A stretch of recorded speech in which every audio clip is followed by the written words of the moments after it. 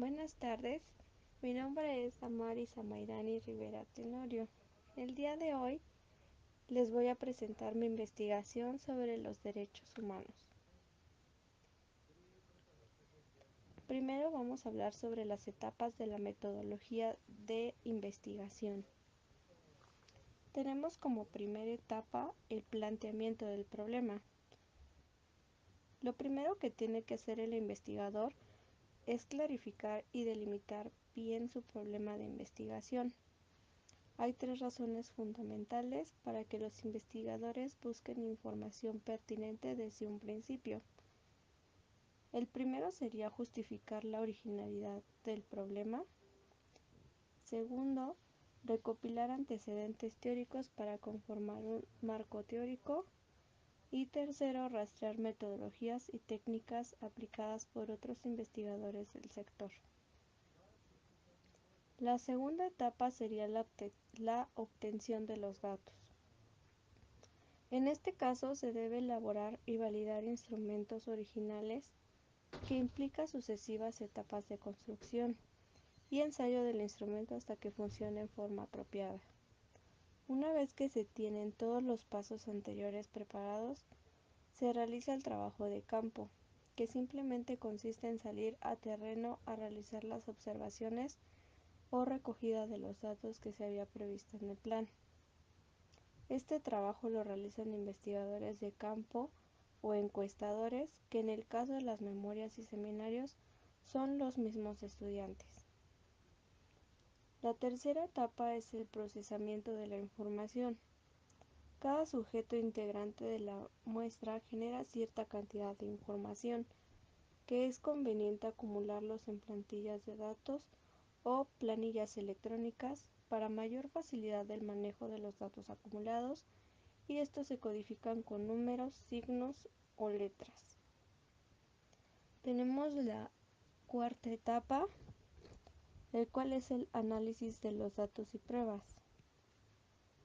La interpretación de los resultados se debe desprender con claridad del análisis de cada tabla o gráfico que se haya previsto.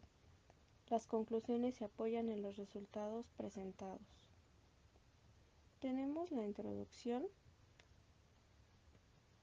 La simple condición de pertenecer a la raza humana nos otorga una serie de derechos y libertades que deben ser cuidados y respetados por todos y todas en todo el mundo por igual. Estos son los derechos humanos, como el derecho a la vida, la libertad, la seguridad de la persona o la protección ante la discriminación, entre otros. Se entiende que los derechos humanos poseen un número de características que les son intrínsecos y que brindan seguridad a todo ser humano en cualquier parte del mundo para que se respeten en mismas condiciones. Objeto de estudio. La diversidad cultural es un imperativo ético inseparable del respeto de la dignidad de la persona humana. Supone el compromiso de respetar los derechos humanos y las libertades fundamentales, en particular los derechos de las personas que pertenecen a minorías y de los pueblos autóctonos. La cultura es la transmisión de comportamiento tanto como una fuente dinámica de cambio, creatividad y libertad que abre posibilidades de innovación para los grupos y las sociedades. La cultura es energía, inspiración y enriquecimiento al tiempo que conocimiento y reconocimiento de la diversidad. Planteamiento del problema. Las graves violaciones de derechos humanos en México ponen de manifiesto que hasta el momento los compromisos asumidos por el gobierno mexicano de aplicar los tratados y normas internacionales en este ámbito no se están cumpliendo. La impunidad por violaciones de derechos humanos sigue siendo un problema endémico y el respeto, la protección y la realización de los derechos humanos en el país continúa vetado para numerosos sectores de la población. En los últimos años ha habido varios casos de homicidios ilegítimos torturas, violaciones y detenciones arbitrarias perpetrados por agentes de la Policía Municipal, Estatal y Federal. A pesar de la aprobación de reformas constitucionales sobre la seguridad pública y la justicia penal en el país, algunas de las cuales deberían servir para la protección de los derechos de las personas detenidas, en la práctica se siguen cometiendo violaciones de derechos humanos. Tenemos los objetivos y preguntas de investigación.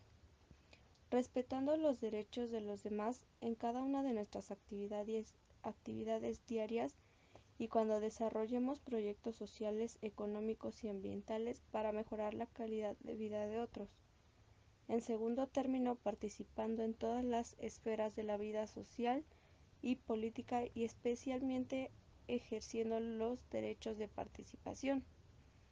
En el ámbito social tenemos derecho a participar en las juntas administrativas, en la gestión y fiscalización de las empresas de servicios públicos, en la educación y la salud, en la protección de los derechos colectivos. En el ámbito político tenemos derecho a participar en el voto, el plebiscito, el referendo, la consulta popular, el cabildo abierto, la iniciativa legislativa directa de los ciudadanos, la revocatoria del mandato. Justificación. La defensa de los derechos humanos se convierte en obligatoria y necesaria para la construcción de lazos sociales y familiares. Entre todas las sociedades que convergen en el mundo, debe ser compromiso y deber de todos los países respaldarlos y darle la importancia que merecen para lograr un lugar más seguro y respetado por todos para vivir. La delimitación espacial. Durante los últimos 50 años, la evolución de los principios de los que forman parte de los derechos humanos ha tenido importantes repercusiones en el derecho internacional humanitario y en el derecho internacional en general. En los últimos años, el movimiento en favor del reconocimiento de la igualdad de derechos de las mujeres ha ejercido con cierto resultado su propia influencia en los derechos humanos. Población. Consiste en un movimiento a nivel mundial con más de 2 millones de integrantes de 152 países quienes se encargan de realizar investigaciones sobre situaciones de abuso o violación de derechos humanos. Esta organización tiene como objetivo realizar las denuncias correspondientes, reclamando justicia para las personas que han sufrido dichos abusos. Al mismo tiempo, se ocupan de emprender las acciones necesarias para prevenirlos. El marco teórico. Es posible que el marco teórico esté constituido por una combinatoria de teorías. Ello dependerá de la necesidad de fundamentar el problema y del estudio que se propone investigar. Estructuralmente hablando, del marco teórico es una expresión metafórica que se ha traído al mundo físico y la experiencia común y corriente al lenguaje del investigador. La idea del uso de la metáfora estriba en la necesidad de aludir al hecho de que el problema y el tema de toda investigación tiene su sustento una teoría determinada. Por último, la metodología cuantitativa, ya que para su análisis procede mediante la utilización de las estadísticas, la identificación de variables y patrones constantes, su método de razonamiento es deductivo, para lo cual trabaja con base en una muestra representativa del universo estudiado.